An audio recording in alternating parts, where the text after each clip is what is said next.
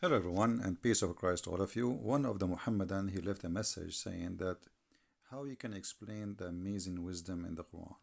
So I decided to share some of the amazing wisdom and the teaching of the amazing God. His name is Allah in the Quran. As you see, I'm using my phone, so excuse me, it's not as usual, but it does the job. Here we have in front of us chapter 33, verse number 53. And as you see, this is the Muslim translation, not my translation. Here we notice a story, supposedly. It's not a story, it's an order. The God of the heaven and the earth and the galaxies and beyond the galaxies is worried about three or four things. Let us review the wisdom of Allah. Believers, Abduls, enter not the house of the Prophet without his permission. Allah, the God of all Islam, is worried about entering the house of the Prophet without permission. Okay, hold on. If somebody entered the house of the Prophet and he is a prophet, public figure, he is a judge, he is a ruler, I mean, what will happen exactly? I mean, isn't he a prophet? So you want to be a prophet or you don't want to be you want to be a private person who nobody enter your house? Okay. So Allah is worried about Muslims entering the house of the Prophet without permission. Later we will see why.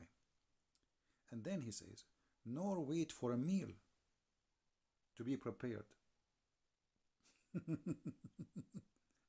You go to the house of Muhammad, you say, I am poor man.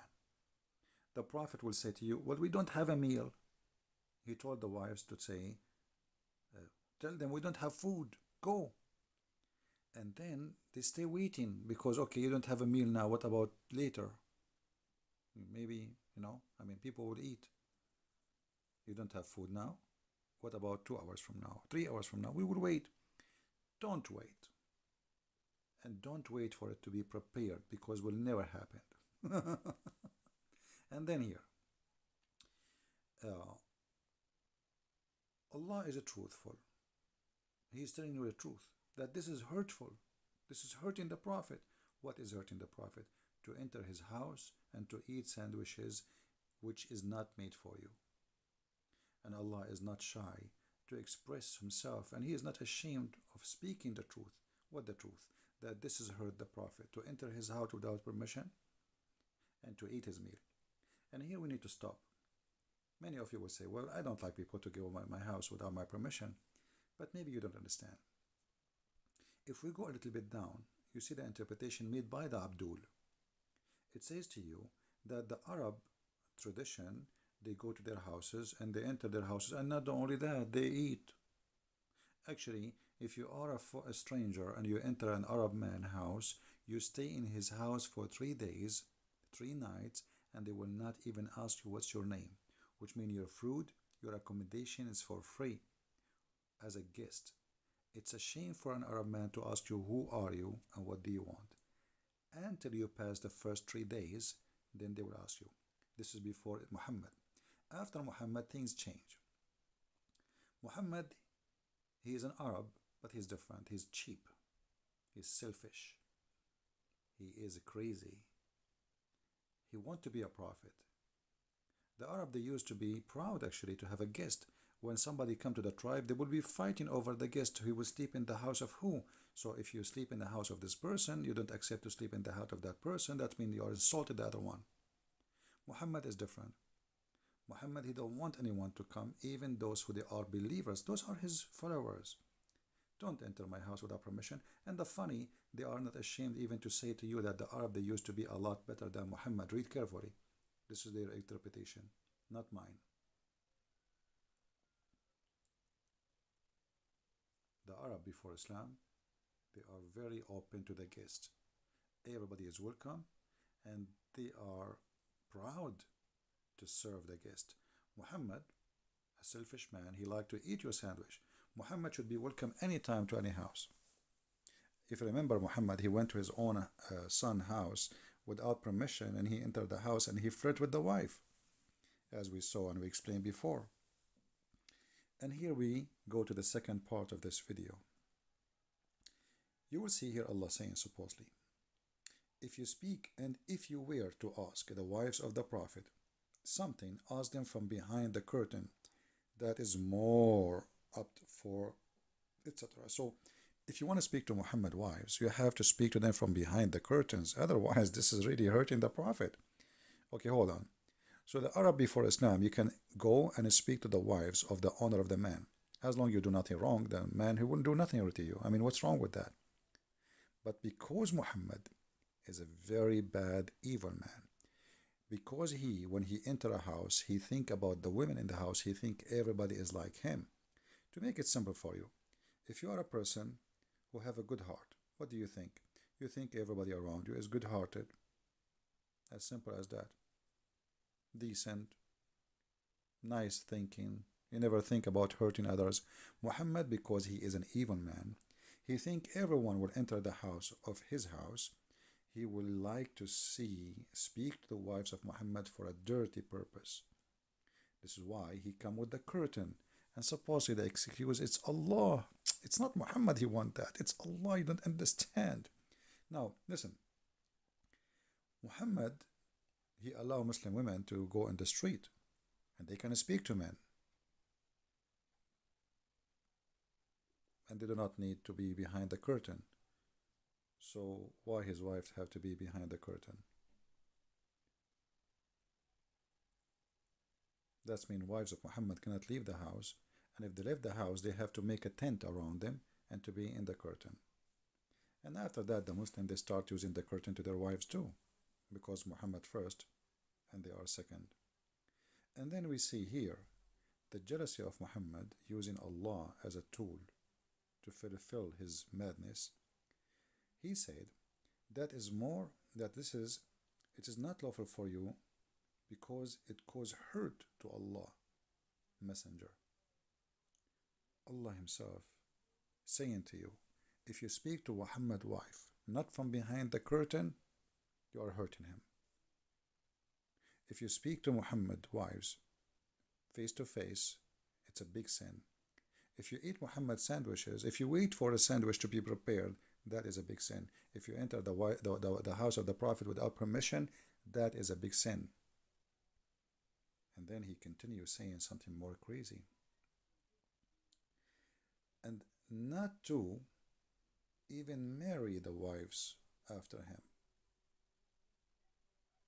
So not only you cannot speak to Muhammad's wives unless they are behind the curtain, Muhammad died, and now the wives are lawful to get married. Any woman, she is widow, she can marry a new husband in all religions. And actually, if you ask Muslims, did Muhammad marry women before and they were widows? He would say yes. As an example, Khadija, she have two husbands before him. She is 25 years older than him, yet he married her. Okay, question. He killed the husband of Safiya. He took her. He took many women after they were widow. Some he killed their women, said their husband. Some he took them after they became widow.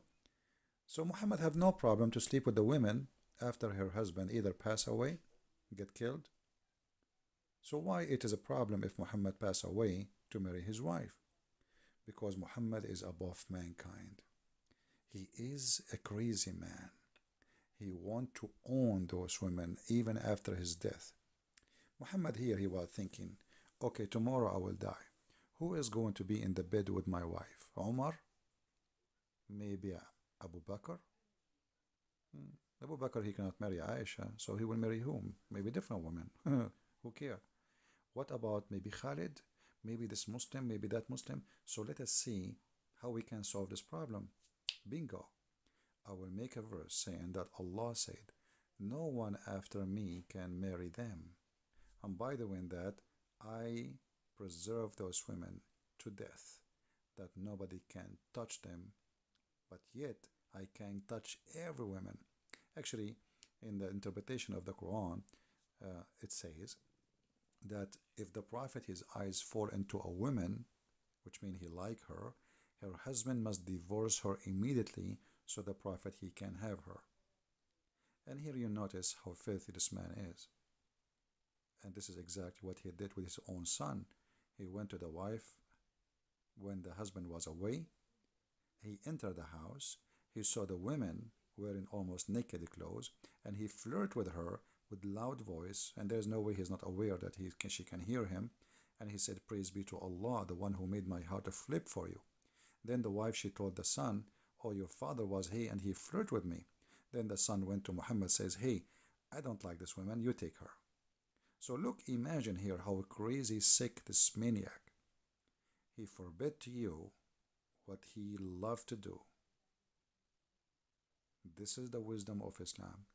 And here the interpretation actually exposed the madness of Muhammad, that the Arab, they used to be a lot better than before Islam from the Arab after Islam. Share your comment, post your comment. If you are a Muhammadan, don't forget to refute me about Muhammad forbidding people from eating his sandwich. Allah will provide him with more sandwiches. What's wrong with you? You see, Jesus, when they ask you for a sandwich, according to the Quran, chapter 5, Al-Ma'idah, this is why it's called Al-Ma'idah, which means the table, the meal. Allah, He sent 7 sandwiches. Every sandwich have a wheel. Wheel.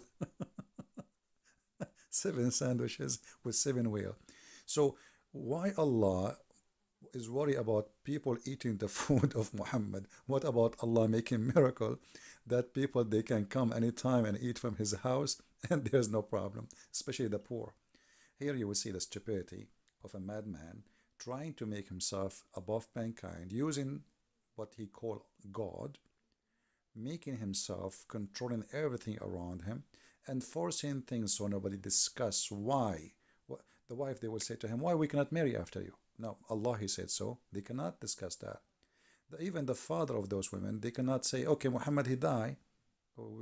She have the right to marry. But by saying Allah said, it's over. This is the evil Muhammad, and you heard some of his wisdom. This is not the wisdom of God. This is a man speaking about his own, making his own fantasy, controlling people using God for his own glory. And this glory is filthy glory. Even the dog outside agreeing with me. Thank you very much for listening. And by the way, I am still in a mountain area, very beautiful, and it's very great. Thank you, and God bless you. Take care.